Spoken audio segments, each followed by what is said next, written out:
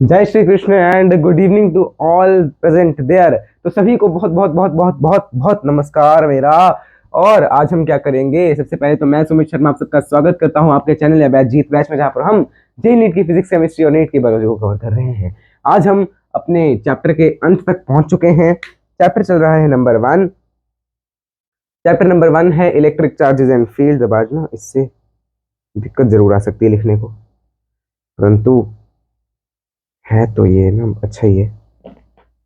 हाँ, तो क्या है, electric charges and fields. And आज फिर से एक बार मैं कहना चाहूंगा सभी को रक्षाबंधन की बहुत बहुत बधाई। रक्षाबंधन इस बार 2 दिन चला है मेरे भाई। तो इलेक्ट्रिक चार्जेस एंड फील्ड्स हमारा चैप्टर है और आज आपको दिख रही होगी राखी ऑन माई कलाई।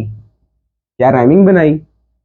ठीक है, तो electric charges and field chapter का नाम है, इसका है आज लेक्चर नंबर 16। लेक्चर नंबर 16 पे हम हैं, शायद एक और लेक्चर और लग सकता है। 17th लेक्चर तक ये पूरा चैप्टर आपका जो है कंप्लीट हो जाएगा। और ऐसा नहीं है कि हमने सिर्फ कंप्लीट किया, हमने क्वालिटी के साथ कंप्लीट किया है। इसके बाद आप क्वेश्चंस लगा के देखना, अगर हो रहे होंगे तो बढ़िया है। अगर मान लो नहीं, मतलब आपसे अगर मान लो 70 तो बहुत ज्यादा बोलती है, 60% क्वेश्चन अगर आपसे जो कर रहे हो पीवाई क्यूज, बिकॉज ऑफ आपके पास टाइम तो नहीं है कि आप सारे क्वेश्चन करोगे। पीवाई क्यूज अगर आपने 60% सॉल्व कर लिए, देन दैट मीन्स कि आपकी जो तैयारी है इस चैप्टर की वो हो चुकी है। अब विद टाइम आपके पास एक्सपीरियंस आएगा ना, जो पीवाई क्यूज देखोगे, जो 40% नहीं हुए इनका सॉल्यूशंस देखोगे, तो आपके पास एक्सपीरियंस आएगा इनको कैसे करना था, क्या इसमें लगाना था, है ना। तो उससे भी आप आगे आगे करते जाएंगे। चलिए तो स्टार्ट करते हैं with the revision of lecture number 15। आदत होगी थी जीरो लिखने की ना, बाकी सब्जेक्ट्स में भी 0 नंबर 1 0 2 0 ऐसे चल रहा है। तो लेक्चर 15 से हम रिवीजन को स्टार्ट करते हैं। लेक्चर 15 में हमने पढ़ा था about electric flux. Electric flux के बारे में हमने आपको 16th लेक्चर में बताया था, 15th लेक्चर में बताया था कि इलेक्ट्रिक फ्लक्स को हम कैसे लिख सकते हैं। E into area vector. Area vector कौन सा एरिया वेक्टर शैडो का एरिया, ठीक है ना, शैडो का area from the direction of E. अगर मैंने ई की इलेक्ट्रिक फील्ड की डायरेक्शन से लाइट मारी तो जो शैडो बनी उसका area multiply by the electric field, वो हमें देगी इलेक्ट्रिक फ्लक्स। ये हमने देखा था पिछले लेक्चर में। और हमने देखा था इससे रिलेटेड कई सारी शैडोज, कि कौन सा ऑब्जेक्ट कैसा है तो उसकी शैडो कैसे बनेगी, उसका हम एरिया क्या लेंगे। पर उसमें ना एक चीज रह गई थी यार, है ना, कौन रह गई थी। तो कौन में ना मेरे को वो बहुत दुख हुआ कि अरे यार कौन मैं बता नहीं पाया। तो आज मैं कौन तो नहीं बट पिरामिड लेके आया हूं। तो आप पिरामिड से इसको देखना चाहेंगे क्या। और वो मैंने खुद बनाया है, ओरिगैमी, है ना, ओरिगैनो नहीं, जो पिज्जा खा रहे हैं वो ओरिगैनो कह रहे हैं। तो ये देखो यार, पता नहीं कैसा बना होगा, मतलब आपको पता नहीं कैसा लगेगा, बट ये देखो कुछ ऐसा मैंने बनाया है भाई। अब जैसे मैंने देखा था ना यूट्यूब पे, तो उन दीदी ने तो बहुत अच्छा बना दिया था, ये देखो। और हमारा थोड़ा अच्छा नहीं बना है, ठीक ठाक बना है, ठीक ठाक है। ये देखो ऐसे अगर हम इसको रखें ना, तो ये देखो पिरामिड है पर थोड़ा यूनिफॉर्म नहीं है। बट इसकी मैं आपको एक बार शैडो दिखा देता हूँ, ताकि आपको जो है कंफ्यूजन अगर थोड़ी बहुत है तो वो क्लियर हो जाए। वैसे तो होनी नहीं चाहिए, प्रैक्टिकल के साथ हम जो है कर रहे हैं अपना कार्यक्रम। तो देखो एक बार मैं आपको इसकी शैडो दिखाता हूँ, एक मिनट। ये आपके सामने आया ये पेपर, ये देखो, देखिए इसकी शैडो कैसी है। ट्राइंगल ही है ना ये जो सामने, ये अभी देखो ये वाला ट्राइंगल अगर मैंने ऐसे रखता हूँ ना, ये ट्राइंगल सामने के, तो ट्राइंगल दिख रहा है क्या आपको। तो नीचे हाथ है ना, नीचे को मैं पूरा नीचे अगर रखा है तो आपको ट्राइंगल ही दिखेगा ना। अगर मैंने मान लो इसको ऐसे करके पकड़ा तो भी ट्राइंगल दिख रहा है।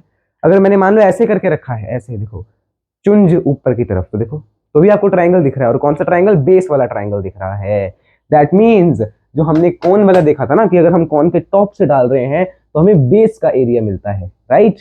वो भी आपको क्लियर हो गया होगा, क्योंकि पिछली बार मैं आपको दिखा नहीं पाया था, मैंने आपको जस्ट ऐसे ही सर्च करके गूगल पे आपको सर्च करके एक दिखा दी थी फोटो, है ना। तो वो भी आपको आई होप तो क्लियर हो गया हो कि आपको एरिया कौन सा लेना है, शैडो का एरिया, जो भी शैडो आएगी उसका area multiply by the electric field. फिर हमने स्टार्ट किया था अबाउट गॉसेस लॉ। और गॉस लॉ में हमने क्या देखा था, गॉस लॉ में हमने क्या देखा था, हमने देखा था दैट जो भी इलेक्ट्रिक फ्लक्स है, इलेक्ट्रिक फ्लक्स, उसको हम surface integration of E into D S, D S क्या है, स्मॉल एरिया, या उसका इंटीग्रेशन है ना, सरफेस इंटीग्रेशन मतलब पूरा सरफेस लेते थे ना, गॉसियन सरफेस, उससे मल्टीप्लाई करेंगे तो हमें मिलता है Q inside by epsilon not. जिसमें ये जो ई है ये for all charges in system, system में सारे चार्जेस, और ये क्यू है इनसाइड द गॉसियन सरफेस, जो भी गॉसियन सरफेस के अंदर चार्ज आ रहा है वो वाला।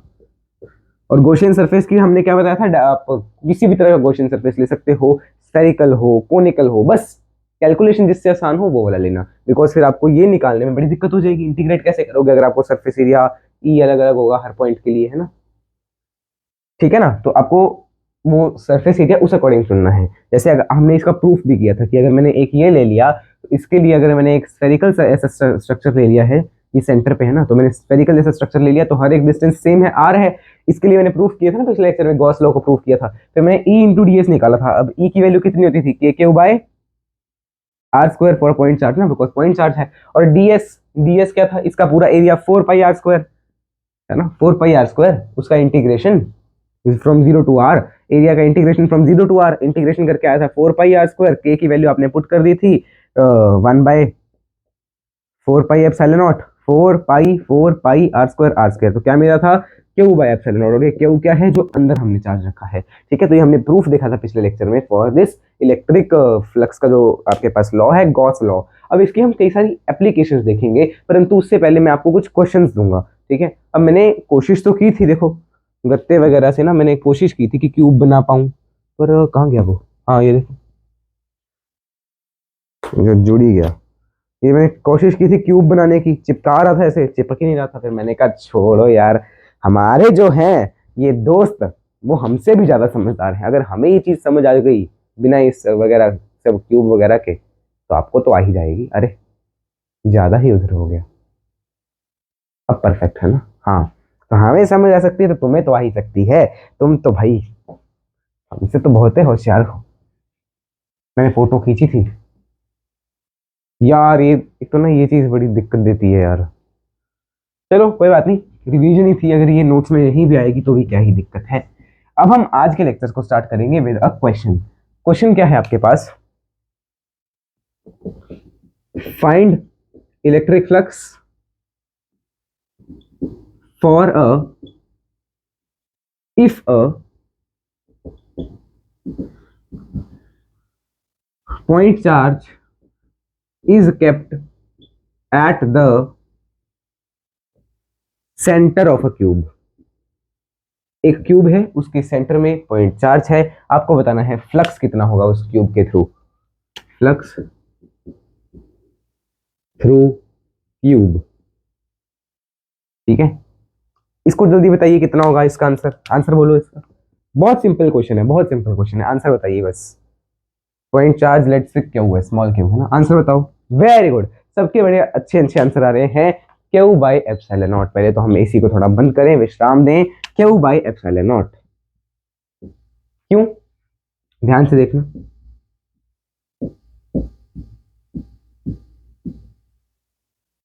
अरे हाँ, ये देखो, हमने सेंटर में अगर चार्ज रखा है, सेंटर में अगर चार्ज रखा है तो उसकी इलेक्ट्रिक फील्ड, इलेक्ट्रिक फ्लक्स कितना होगा। हमने इसी को सरफेस मान लिया ना, क्यूब को ही गॉसियन सरफेस मान लिया, तो क्यूब के थ्रू उतना ही निकलेगा ना जितना गॉसियन सरफेस के थ्रू निकलेगा फ्लक्स। तो वो कितना होगा, जो चार्ज है अंदर upon epsilon naught, simple. Second, Q is at the edge of cube, cube के एज पे है अगर। अब देखो इसको समझाने के लिए मैं आपको क्या यूज कर रहा हूं, ये यूज कर रहा हूं, क्या यूज कर रहा हूं, ये यूज कर रहा हूं। बोले ये क्या, ये चौक का डब्बा, और ये है आपके पास चौक जो मैंने मान लिया चार्ज है। तो अगर इसको मैंने यहाँ पे पुट कर दिया है ना, अरे यार नेल्स काफी बड़े हुए है ना, पीछे अभी एकादशी आई थी तो उसमें मैंने काटे नहीं, बिकॉज एकादशी थी, फिर द्वादशी, फिर रक्षाबंधन, तो फिर अब देखते हैं। देखो पूर्णिमा आ गई, फिर नेल्स काट नहीं पाए। हाँ देखो, अब ध्यान से, मैं क्या दुखड़े गाने शुरू कर देता हूँ यार, आप भी बोलते हो कि पता नहीं क्या करता रहता है ये।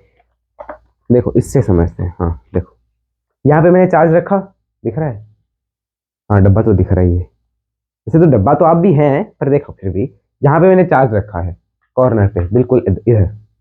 अब ये जो है, इस चार्ज को कितने ऐसे क्यूब्स हैं जो शेयर करेंगे, पहले आप मुझे वो बताइएगा। इस बार क्यू बाय एप्सिलॉन नॉट नहीं आएगा, इस बार क्यू बाय एप्सिलॉन नॉट नहीं आएगा। क्यों, बिकॉज इस बार चार्ज जो है एज पे है ना। एंड एक आप गॉसियन सरफेस का वो लिख लो law, Gaussian surface should not lie on the charge, charge के ऊपर से गॉसियन सरफेस जो है वो नहीं जाना चाहिए। ये आपका एक गॉसियन सरफेस का एक लॉ होता है। अब अगर मान लो ये कमरा है ना, कमरा है क्यूबिकल, इसी तरह से मैंने चार्ज रखा यहाँ पे, तो ऐसे और कितने कमरे आएंगे जो इसी एज से बने हैं, इसी एज को ज्वाइन करके बने हैं। देखो एक ये वाला कमरा आएगा,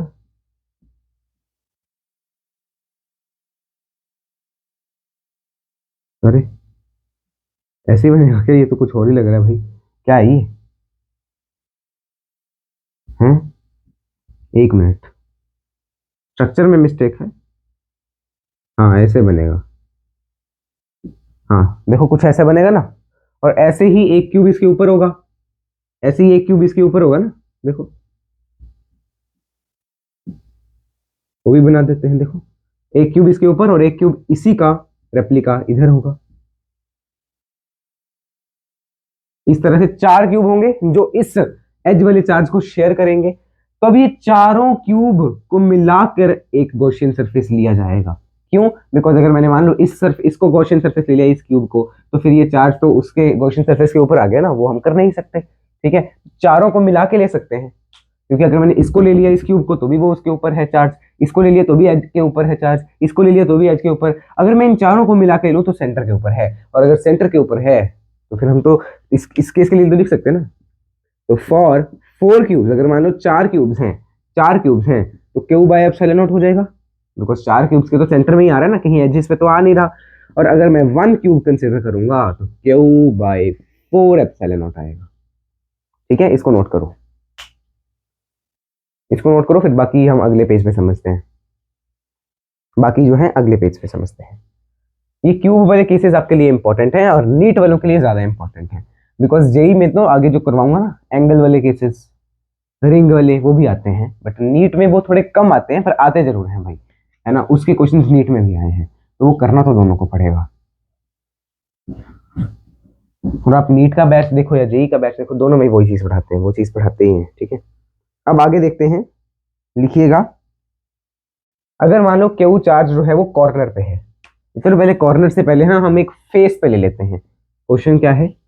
Q is on a face of a cube, on the face of a cube, find flux through cube. Solve करो, सॉल्व करो इसको, जल्द से जल्द सॉल्व किया जाए। अब क्या है केस में, देखो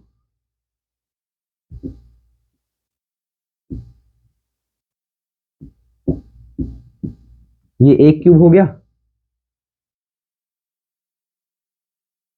हम्म हम्म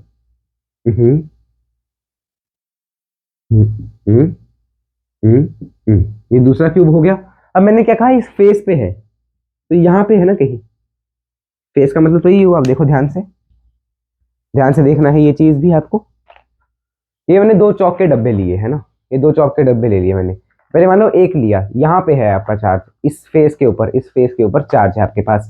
तो अब वो, अगर मैं इस डब्बे को गॉसियन सरफेस मान लूंगा तो उसके अंदर आ रहा है, तो उसके ऊपर आ रहा है गॉसियन सरफेस, तो हम इसको नहीं मान सकते। तो इसलिए अगर मैं इन दोनों को कंबाइन कर दूं तो अब जो चार्ज है इस पूरे जो कंबाइंड डब्बा है, इसको पूरा एक डब्बा मानो, अब जो पूरा एक डब्बा है उसके सेंटर में है चार्ज। तो अब हम लिख सकते हैं ना Q by epsilon naught, because पहले तो ये सरफेस के ऊपर आ रहा था, मतलब ये जो चार्ज है पूरा एक डब्बा नहीं ले पाएगा, दो डब्बे लेंगे। तो फॉर टू बॉक्सेस या to cubes it will B Q by epsilon not. और अगर हम वन बॉक्स या वन क्यूब देखेंगे तो Q by two epsilon naught will be the correct answer. Note करो, नोट करो। थर्ड, इसी में अगर मैंने बोला Q is on the corner, इसको ध्यान से समझना है, ऑफ द क्यूब। अगर मान लो क्यूब के कॉर्नर पे है, मतलब अब क्या सिचुएशन है वो देखिए ध्यान से।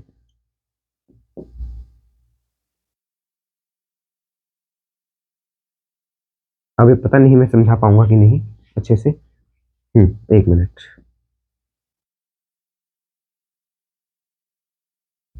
ऐसा, इसको थोड़ा और खींच लो ऐसे, ट्राई तो करूंगा।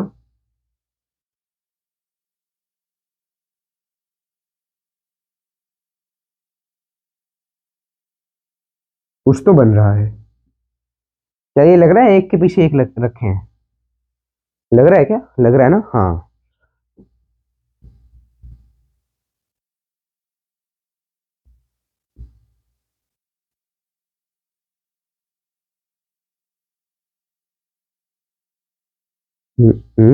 ऐसे, हाँ। अब ऐसे ही चार नीचे हैं। अब देखो, ध्यान से देखना, अगर मैंने कहा कि मैंने यहाँ पे रख दिया चार्ज को, तो यहां से कितने डब्बों में जाएगा चार्ज, खुद बताइए। एक इसका इस साइड वाला देखो, मैंने माना कि, अब इसको मैं ऐसे ही समझाता हूँ, 8 डब्बों में चार्ज जाएगा। अगर आपने मान लो सॉलिड स्टेट चैप्टर पढ़ा होता तो आपको ये ज्यादा आसानी से क्लियर होता। ठीक है, अब ये एनर्जी मैंने यहाँ लगा दी, तो मैं सॉलिड स्टेट में ऐसे नहीं करवाऊंगा, उसमें मैं डायरेक्ट बताऊंगा। ठीक है, ये देखो, ये है ना, यहाँ पे मैंने मान लिया। तो अब एक डब्बा तो ये आगे वाला, एक इसके इस साइड वाला, एक इसके आगे, एक इसके इस साइड। अब इसके नीचे भी ऐसे ही 4 डब्बे होंगे कि नहीं होंगे। जैसे मैंने ये 4 डब्बे बनाए हैं, मैंने कहा कि चार्ज आपका, एक मिनट, यहां से इसको ऐसे बना लो, है ना। यहाँ पे आपका चार्ज है, मैंने कहा यही है, हाँ, यहाँ पे आपका चार्ज है। अब ऐसे ही 4 डब्बे नीचे भी हैं। ठीक है,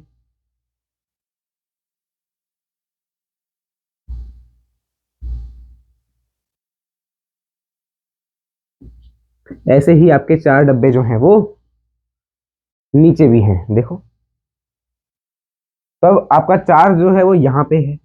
अब कुछ इस साइड से जा रहा, कुछ इस साइड से जा रहा, कुछ आगे से, कुछ इस साइड से, कुछ नीचे वाले 4 डब्बों से। टोटल कितने में से जा रहा है, 8 डब्बों में से जा रहा है। तो अगर 8 डब्बे हम कंसिडर करेंगे, तो आपका गॉसियन सरफेस जो होगा वो देगा क्यू बाई एप्सिलॉन नॉट। पर अगर मैं बात करूं वन बॉक्स की, तो वन बॉक्स के लिए क्या होगा, Q by 8 epsilon not. Clear है, बोलो क्लियर। इसको हम क्योंकि अब मैं इतने डब्बे तो बना नहीं सकता कहीं से, इसको मैं आपको समझाता हूं या दिखाता हूं फ्रॉम पिक्चर। तो charge at corner of cube का फ्लक्स, तो इमेजेस में से देखते हैं, ये अच्छा लग रहा है इमेज।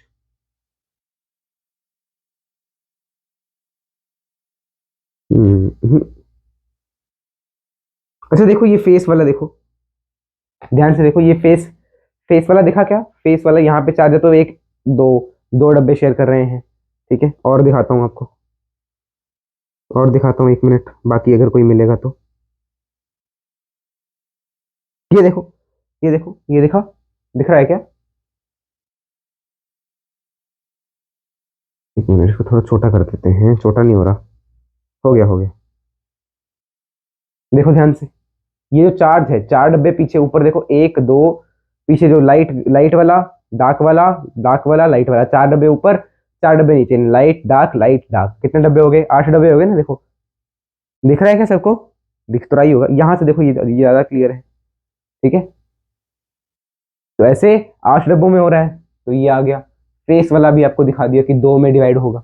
और एज वाला कोई है यहाँ पे, चलो बाकी तो समझ आ ही दिए थे मैंने, है ना। ये आपको समझ आ गया क्या, ये जिसको समझ आ गया बहुत बढ़िया है, तो समझ तो आना ही चाहिए था। पर अगर मान लो अब मैंने पूछा कि फेस से कितना जा रहा है, चलो पहले आप इसको नोट करो। अब जैसे एक क्वेश्चन देखिएगा, जो आपका मेंस का क्वेश्चन है ना, मेंस का क्वेश्चन है, तो उसको एक बार आप देखना। वैसे ही क्वेश्चंस नीट में भी आए हैं, सेम, एग्जैक्ट सेम।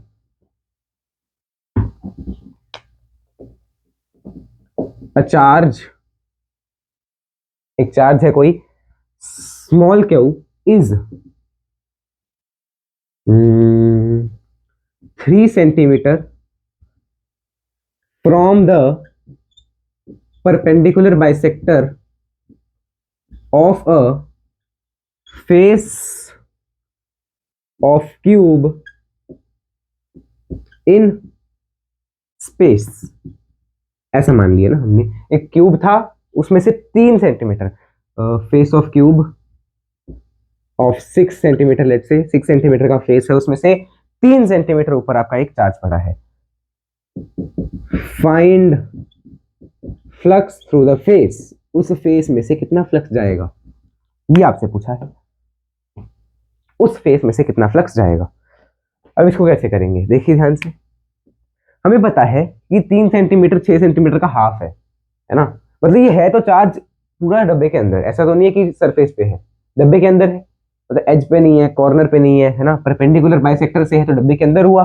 मतलब इन द बॉक्स हमें ये पता चल गया, इन द क्यूब, क्यूब के अंदर है चार्ज। मतलब कि अगर मैं बात करूं पूरे क्यूब के लिए, फॉर होल क्यूब, पूरे क्यूब में से जो फ्लक्स होगा that will be equal to sigma by epsilon naught.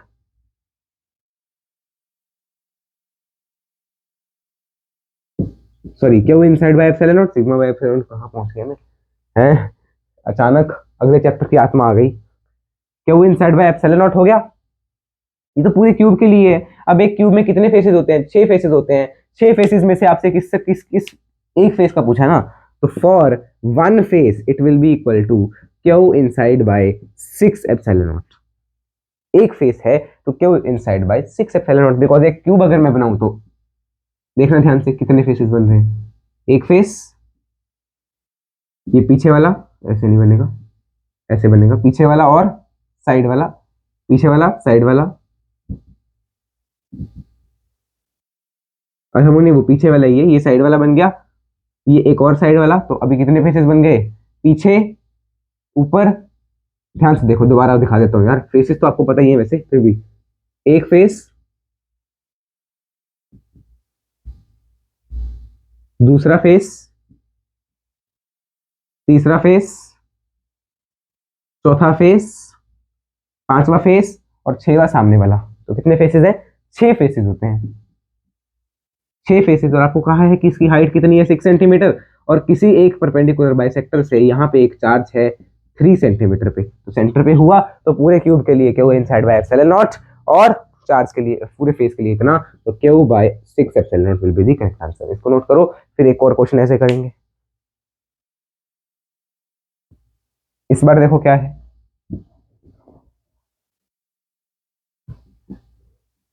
एक चार्ज है जो एक पिरामिड के बेस पे पड़ा है, एक पिरामिड के बिल्कुल बेस वाले फेस पे है ना।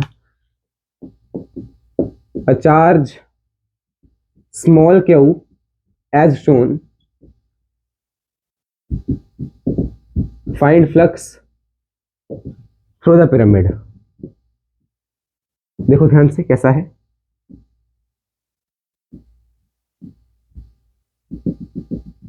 ऐसे ही होगा पिरामिड है ना, एक ऐसे जुड़ा होगा, यहाँ पे आपका चार्ज है बिल्कुल नीचे वाले फेस पे। ठीक है, अगर मैं आपको इस इससे दिखाऊं तो ये देखो, अब माना कि यहाँ पे आपका बेस जो है वो ट्रायंगुलर लिया है मैंने हर साइड, पर नीचे इसको भी ट्रायंगुलर बना लें, ट्रायंगुलर ही बना लेते हैं ना फिर। अच्छा नहीं, रहने दो ट्रायंगुलर, रहने दो, स्क्वायर में ले लेते हैं हम। ठीक है, मान लिया ये स्क्वायर है, आप मान लो इसके बेस पे अगर कोई चार्ज है तो ऐसा ही एक और लगेगा ना, ताकि वो ऐसे एक पूरा स्ट्रक्चर बन जाए, क्योंकि बेस पे है, मतलब कि कहाँ पे है, ऑन द गॉसियन सरफेस है। ये मैंने मान लिया कि यही गॉसियन सरफेस है, इसके ऊपर ही आ गया। तो अगर मैं एक ऐसा गॉसियन सरफेस और इस साइड लेना पड़ेगा ना, ताकि वो बिल्कुल सेंटर में हो जाए। ठीक है, अगर मैंने एक ऐसा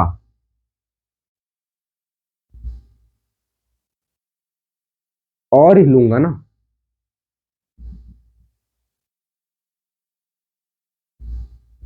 तो ही आएगा बिल्कुल सेंटर पे। तो एक ऐसे जुड़ा होगा ना पीछे से, तो ही आएगा बिल्कुल सेंटर पे। So for 2 pyramids it will be equal to Q by epsilon naught, पर वन के लिए कितना हो जाएगा, क्यू बाय 2 एप्सिलॉन नॉट। ठीक है, इसको नोट करो, फिर हम आगे बढ़ते हैं, फिर हम आगे बढ़ते हैं, इसको नोट करो। और एक और केस हम देखेंगे अब हम देखेंगे क्या, सॉलिड एंगल वाला, मतलब एक रिंग के लिए अगर हमें निकालना है तो वो कैसे निकाल पाएंगे, रिंग के लिए। जल्दी करो, डन ना, I think so, I hope so. अब ध्यान से देखिएगा, अब आपका कंसंट्रेशन वाला पार्ट है, थोड़ा सा देखो। मैंने क्या कहा, ये एक रिंग है, चाहे रिंग है या डिस्क है, एनीथिंग, दोनों से फ्लक्स सेम ही होगा। ठीक है, ये एक रिंग है या डिस्क है। अब देखो मैंने ना यहाँ पे एक ऐसा सर्कल अगर मैं मानूं इससे, और चार्ज है यहाँ पे आपका क्यू है, तो सर्कल में से कितना फ्लक्स होगा, है फ्लक्स थ्रू सर्कल, सर्कल नहीं sorry sphere, flux through sphere will be equal to Q by epsilon naught. पर अब रिंग में से कितना जाएगा उसमें से, क्योंकि स्फेयर में से तो पूरा जा रहा है, उसमें से जो रिंग का एरिया है या रिंग का जो है उसमें से कितना फ्लक्स जा पाएगा। अब इसके लिए ना हमें एक रिलेशन पता होना चाहिए एंगल्स के बिटवीन। ये होता है सॉलिड एंगल। जैसे मैंने क्या माना, सॉलिड एंगल माना ना, तो ये देखो, ये एक कोण मैंने बना दी, इसको ये पूरा एंगल है ना, ये सॉलिड एंगल है। देखो अगर मैं आपको दिखाने की कोशिश करूं, कहाँ गया वो, हाँ ये देखो। अब इसका ना मैं एक बेस फाड़ देता हूं।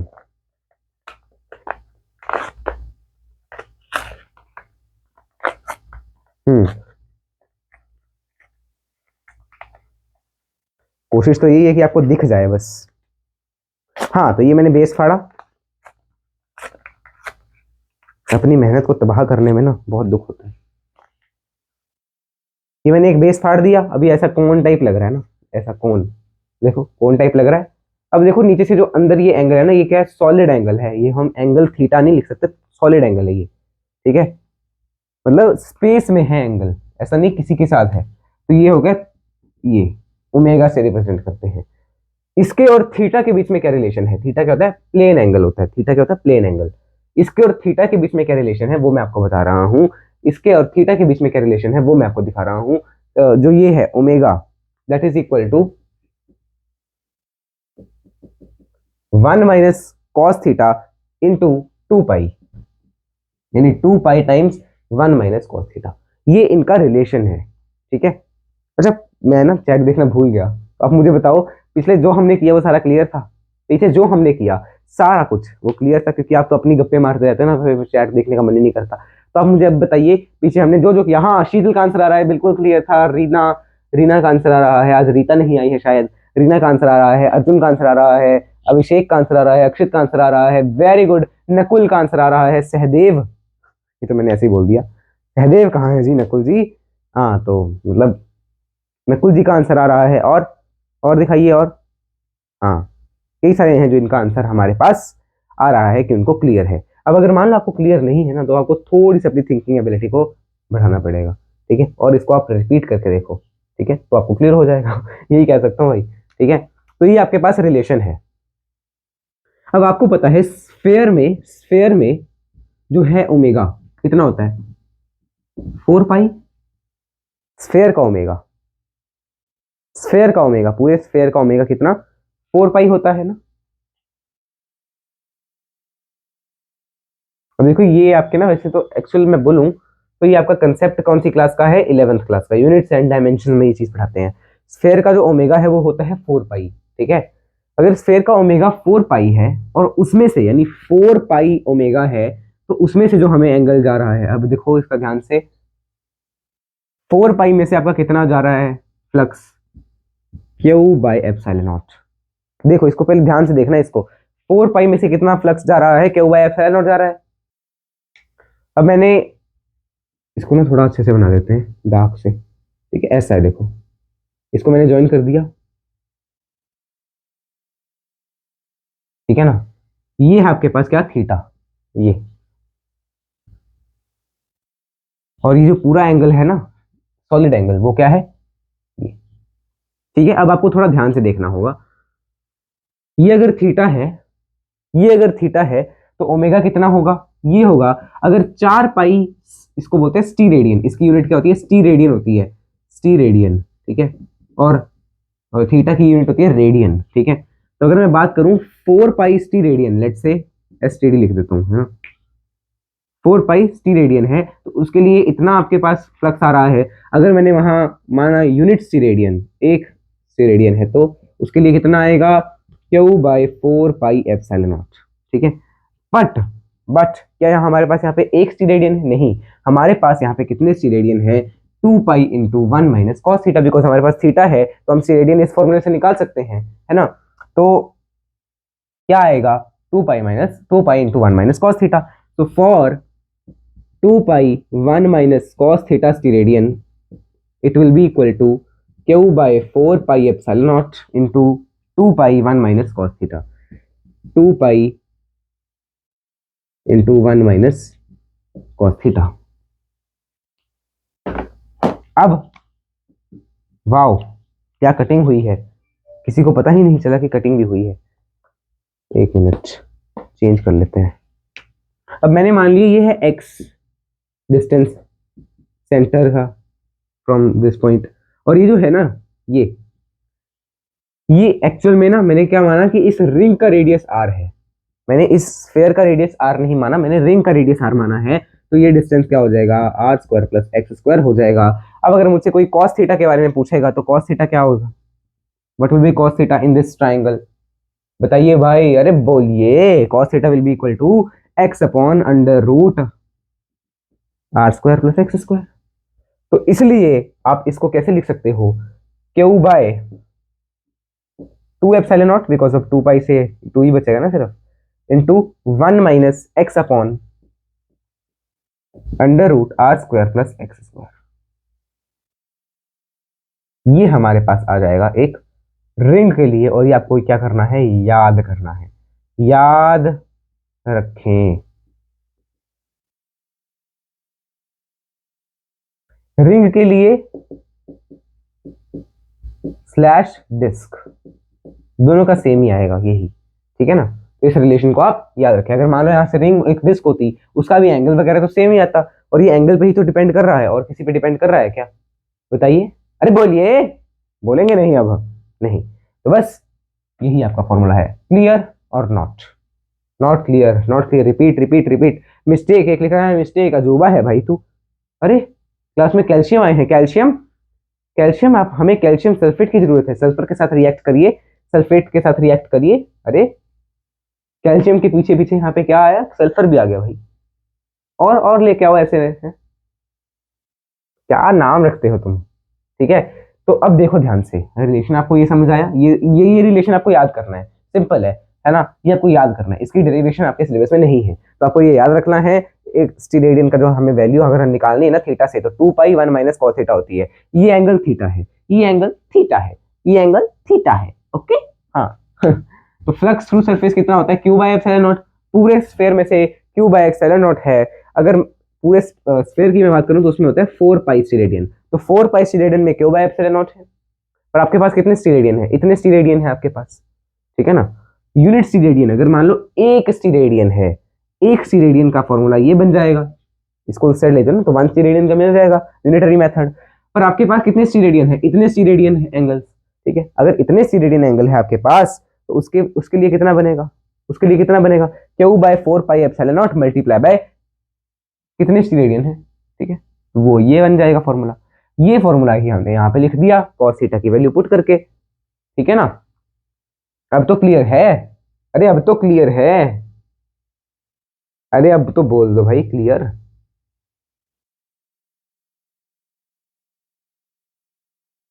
वंशिता लिख रही है कैसा है सचिन, सचिन क्या है सचिन में, लप्पू सा सचिन है, बोलनाओं पे आवे ना, बोलाओ पे जावे ना, उसके पीछे भागा रही है तू। और सबसे बड़ी गधी तो तू ही, जो मैं यहाँ पे इतना इंपॉर्टेंट चीज करवा रहा हूँ, जो जेई में कई बार आया है, एडवांस में कई बार आया है, नीट में कई बार आया है, और तू क्या कर रही है, सचिन के पीछे भाग रही है?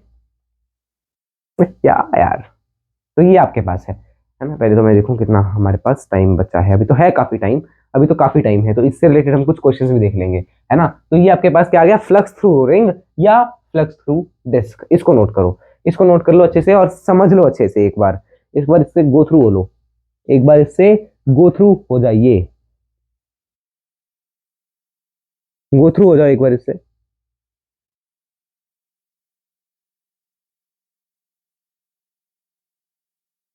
हो गए, डन, हो गया क्या। चलिए अभी मैं ना आपसे क्वेश्चन पूछना चाहूंगा, देखते हैं कितने आप में से उनमें से सही जवाब दे पाएंगे। आई वुड लव टू सी कितने सही जवाब देंगे। कहाँ है डस्टर, अच्छा। देखिए ध्यान से, एक क्वेश्चन मैं आपको देना चाहूंगा इस बार, और वो क्वेश्चन जनरल है, इससे रिलेटेड है भी नहीं, जो मैंने अभी पढ़ाया ना इससे रिलेटेड क्वेश्चन ही नहीं है, क्वेश्चन जनरल क्वेश्चन है एक। क्या है क्वेश्चन, देखना, आपको बताना है flux,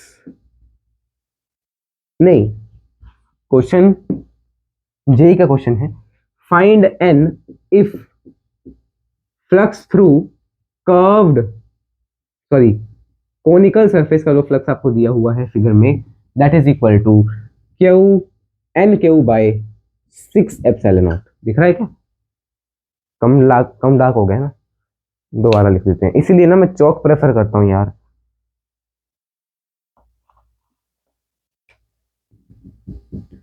N Q by 6 epsilon naught. आपको क्या दिया हुआ है, देखो ध्यान से, ये है ऐसा कोन और ये ऊपर हेमिस्फेयर, ठीक है, कोन ऊपर हेमिस्फेयर। यहां पे आपका चार्ज है स्मॉल क्यू। अब आपको इस फिगर से हमें बताना है। सबसे पहले अगर मैं बात करूं तो अगर मैंने मान लो एक पूरा स्फेयर ले लिया ऐसा, अब पूरे स्फेयर में से जो फ्लक्स होता है वो कितना होता है, क्यू बाय एप्सिलॉन नॉट, है ना। पूरे स्फेयर में से जो फ्लक्स होता है that is Q by epsilon not. But अगर हेमिस्फेयर है, सिर्फ आधा स्फेयर है, तो आधे में अलग जाएगा, आधे में अलग जाएगा। तो सिग्मा फॉर हेमिस्फेयर, हेमिस्फेयर की अगर मैं बात करूं that will be equal to Q by 2 epsilon naught. तो हमें एक चीज तो पता चल गई, कर्व्ड एरिया जो है, कर्व्ड के लिए जो फ्लक्स है that will be equal to, यार ये रहा, क्यू बाय 2 एप्सिलॉन नॉट, है ना। अब क्यू बाय 2 एप्सिलॉन नॉट अगर इसमें से है तो जो टोटल होगा वो कैसे बनेगा, बाकी जो बना हुआ है वो इसमें से बना होगा, बाकी जो बना होगा वो इसमें से बना होगा। अब टोटल फ्लक्स आपके पास कोनिकल का ये दिया हुआ है, कर्व्ड का ये है, और टोटल कितना होगा, what will be the total flux, flux will be equal to Q by epsilon naught. Total तो यही होगा, बिकॉज ये है तो एक सरफेस के अंदर ही, अगर मैंने इसी को मान लो गॉसियन सरफेस ऐसे ही मान लिया, तो फिर ये है तो सरफेस के अंदर ही, सरफेस के ऊपर तो है नहीं, तो क्यू बाय एप्सिलॉन नॉट आ जाएगा, राइट। क्यू बाय एप्सिलॉन, भाई कौन है ना, हाँ, क्यू बाय एप्सिलॉन नॉट आ जाएगा फ्लक्स पूरा टोटल। तो अब आपके पास क्या आ जाएगा वो देखना ध्यान से, आपको चाहिए था कोनिकल का फ्लक्स, ठीक है। तो flux through cone will be equal to Q by epsilon not minus q by 2 epsilon not, that will be equal to Q by 2 epsilon not. और अगर मैं इसको इसके साथ इक्वेट कर दूं, n Q by 6 epsilon not, 3 epsilon not से epsilon not, q से q, n will be equal to 3, it is the answer. और ये था क्वेश्चन फ्रॉम जेईई एडवांस। किस किस को ये क्वेश्चन समझ में आया, किस किस को ये क्वेश्चन समझ में आया, समझ में आया क्या, मगज में आया क्या, बोलिए ना, अरे बोलिए ना। अभी भी तुम लप्पू लप्पू ही लिखी जा रहे हो यार, मैं तो कब का भूल भी गया बोल के, मैंने कहा ये क्या लिख रहे हैं। नोट कर लो इसको भी जल्दी, नोट कर लो, have you noted it down. अच्छा एक एडवांस का क्वेश्चन ना और था ऐसा ही, मतलब वो डिस्क जो मैंने आपको बताया ना डिस्क वाला, उससे रिलेटेड था वो क्वेश्चन, ठीक है। जैसे अभी हमने डिस्क का निकाला, राइट, उससे रिलेटेड एक क्वेश्चन था। उन्होंने क्या किया, उन्होंने पहले कहा, मैं आपको जनरल बता रहा हूँ, पूरा सॉल्व नहीं करूंगा मैं, ठीक है, पूरा सॉल्व नहीं करूंगा, सॉल्व आप खुद करेंगे, ठीक है। क्वेश्चन में क्या था कि एक हमने डिस्क ली है, ये रही आपकी डिस्क, इसका जो सिग्मा है, सिग्मा मतलब चार्ज डेंसिटी, और इसका वजह तो रेडियस लिख लो स्मॉल आर, कैपिटल आर, ठीक है। और इससे हम छोटा सा अगर डिस्टेंस कवर कर रहे हैं तो दैट इज स्मॉल आर। कोई भी general distance from the radius is small r, from the centre is small r. और आपको क्या दिया हुआ है, sigma is equal to sigma not 1 plus r, शायद यही है, एक मिनट में चेक कर लेता हूं, नहीं 1 minus small r upon capital R, 1 minus small r upon capital R. Small r मतलब ये वेरिएबल है, ठीक है, वेरी कर रहा है, और आर तो फिक्स है कैपिटल आर। तो सिग्मा क्या हो रहा है, वेरी कर रहा है। सिग्मा क्या होता है, चार्ज पर यूनिट एरिया, तो चार्ज पर यूनिट एरिया वेरी कर रहा है, तो इस बार आपका चार्ज क्या होगा, वेरी करेगा ना, charge will be equal two variable. इस बार कैसे आप करोगे फिर, इंटीग्रेशन, इंटीग्रेशन से करेंगे, है ना। ये आपको दिया हुआ है और आपको कहा है कि इसके आसपास में एक ऐसा हमने स्फेरिकल बॉडी मान लिया, पूरा का पूरा एक स्फेयर मान लिया। अब इस स्फेयर से जो सिग्मा है ना, सिग्मा नहीं फाई, इस स्फेयर से जो फाई है, फ्लक्स है, that is this phi not, ठीक है। और ये तो हो गया केस नंबर 1। केस नंबर 2 में क्या था, केस 2 में क्या था, यही रिंग थी, ऐसे ही ऑफकोर्स रिंग ही डिस्क है मान लो, ठीक है। ये कैपिटल आर है और स्मॉल आर वेरिएबल तो है ही, small R is the variable, ठीक है। इस बार उन्होंने क्या किया, इस बार उन्होंने जो रेडियस वो लिया ना, ये स्फेरिकल सरफेस, वो उन्होंने लिया ऐसे, और जो स्फेरिकल सरफेस का रेडियस है, स्फेरिकल सरफेस का जो रेडियस है, that radius is capital R by 4। मतलब अब जो है ऐसा है, और इस केस के लिए जो आपके पास सिग्मा आया था, फ्लक्स आया था, that is equal to this five. अब आपको बताना क्या है, आपको बताना है फाई नॉट बाई फाई। क्या ऐसे क्वेश्चंस आप कर लोगे, इंटीग्रेशन वाले क्वेश्चंस, ठीक है, इंटीग्रेशन वाले क्वेश्चंस। इसमें अगर आपको फ्लक्स निकालना है तो चार्ज इंटीग्रेशन से लेना पड़ेगा। Charge inside will be integrated first. Charge variable है, कैसे इंटीग्रेट करोगे? Q इंटू डी ए, है ना। सिग्मा है आपके पास, सिग्मा क्या होता है? चार्ज पर unit area, that is equal to, अगर आपको चार्ज निकालना है right, that will be equal to sigma into d A, that will be equal to charge. अब चार्ज ही छोटा चार्ज हुआ, अगर हमें चार्ज निकालना है that will be integration of d q, that will be integration of sigma d A. Sigma की value put कर देंगे और एरिया तो आपको निकाल ही लेंगे ना। रिंग का एरिया कैसे निकालते हो भाई? निकाल लोगे क्या? रिंग नहीं सॉरी डिस्क निकाल लोगे क्या? इसको कर लोगे सॉल्व? अभी करना थोड़ी बैठूंगा है, बोलो will you solve it yourself? ठीक है, इसको सॉल्व कर लोगे। फिर अब अगर आपके पास चार्ज आ जाएगा इससे, इसको इंटीग्रेट करने से चार्ज आपके पास आ जाएगा, फिर आप उस चार्ज को किस में पुट कर दोगे? जो आपके पास इसका फ्लक्स था, flux through a ring. Flux through a ring कितना था आपके पास? वो वाला जो एक्सप्रेशन हमने अभी अभी कैलकुलेट किया था ना पिछले क्वेश्चन में, एक हमने रिंग वाला अभी किया नहीं था, रिंग वाला किया था ना, हाँ वही। इसमें कुछ ऐसा आया था q by two epsilon not, q by two epsilon not 1 minus x upon under root are square plus x square, ये था कि नहीं था? इसमें आप ये चार्ज की वैल्यू ये डाल दोगे, चार्ज इसमें पुट कर दोगे, ठीक है, और यही आपके पास आ जाएगा फाई, ठीक है। इंटीग्रेट करने के बाद इसमें पुट कर दोगे। फिर सेकंड केस में भी वही है आपके पास, इसमें एरिया आपका चेंज हो जाएगा, area will be changed. Area अगर चेंज हो जाएगा, एरिया की लिमिट अगर चेंज हो जाएगी, ठीक है, उस अकॉर्डिंग आप कर लेंगे इसको सॉल्व आगे, बिकॉज इसमें फ्लक्स जो है आपका इस गॉसियन सरफेस से कितना जाएगा, एरिया के ऊपर बेस्ड है ना, इस क्वेश्चन सरफेस में से अब r/4 टाइम्स ही जाएगा। एम आई राइट? तो यस, आपको इसको ऐसे करके सॉल्व करना है। एरिया में जो रेडियस आएगा ना, एरिया में उसका आपको यूनिट क्या पुट कर देनी है?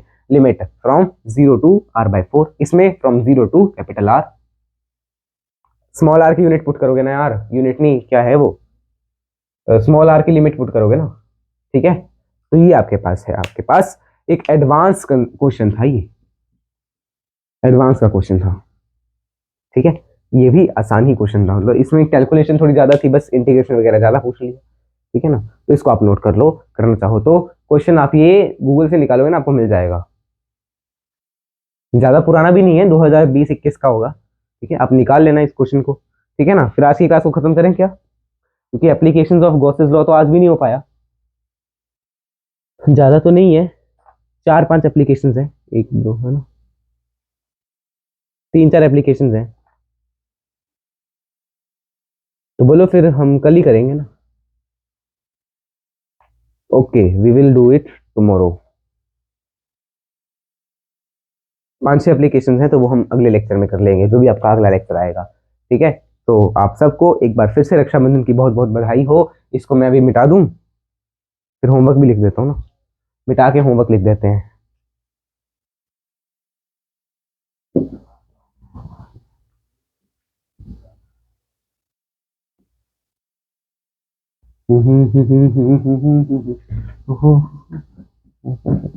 अब लिखिएगा होमवर्क, सॉल्व डीपीपी 1 to 11, 11 की 10। पिछले लेक्चर में हमने कितनी डीपीपी दे दी थी? मेरे ख्याल से हमने 10th दी थी पिछले लेक्चर में, है ना, मेरे ख्याल से। Let me check first of all, 10 ही दी थी ना। तो अब आपको डीपीपी नंबर 1 to 11 सॉल्व करनी है, ठीक है। DPP number 1 to 11, 11th DPP आप चाहे कल कर सकते हो अगले लेक्चर में, बिकॉज 11 ही डीपीपी मिलेंगी इस चैप्टर में, आपको 11 तक डीपीपी जो है वो सॉल्व कर लेंगे हैं। और बिकॉज 11th में ना आपके अगले उसके भी क्वेश्चन हो सकते हैं, गॉस लॉ के एप्लीकेशंस के। Revise all previous lectures, revise all class notes, अब क्योंकि ये चैप्टर खत्म होने वाला है तो मेक योर शॉर्ट नोट्स, अपने शॉर्ट नोट्स बनाइएगा and share to me at Sumit ss123687@gmail.com, इस जीमेल पे आपको मुझे सेंड कर देने हैं, ठीक है ना।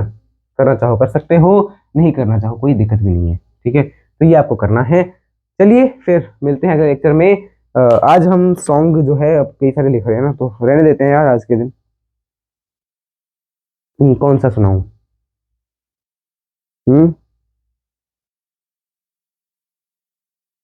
एक लिख रहा है एक छोटा हाथी, और लिख दो कोई।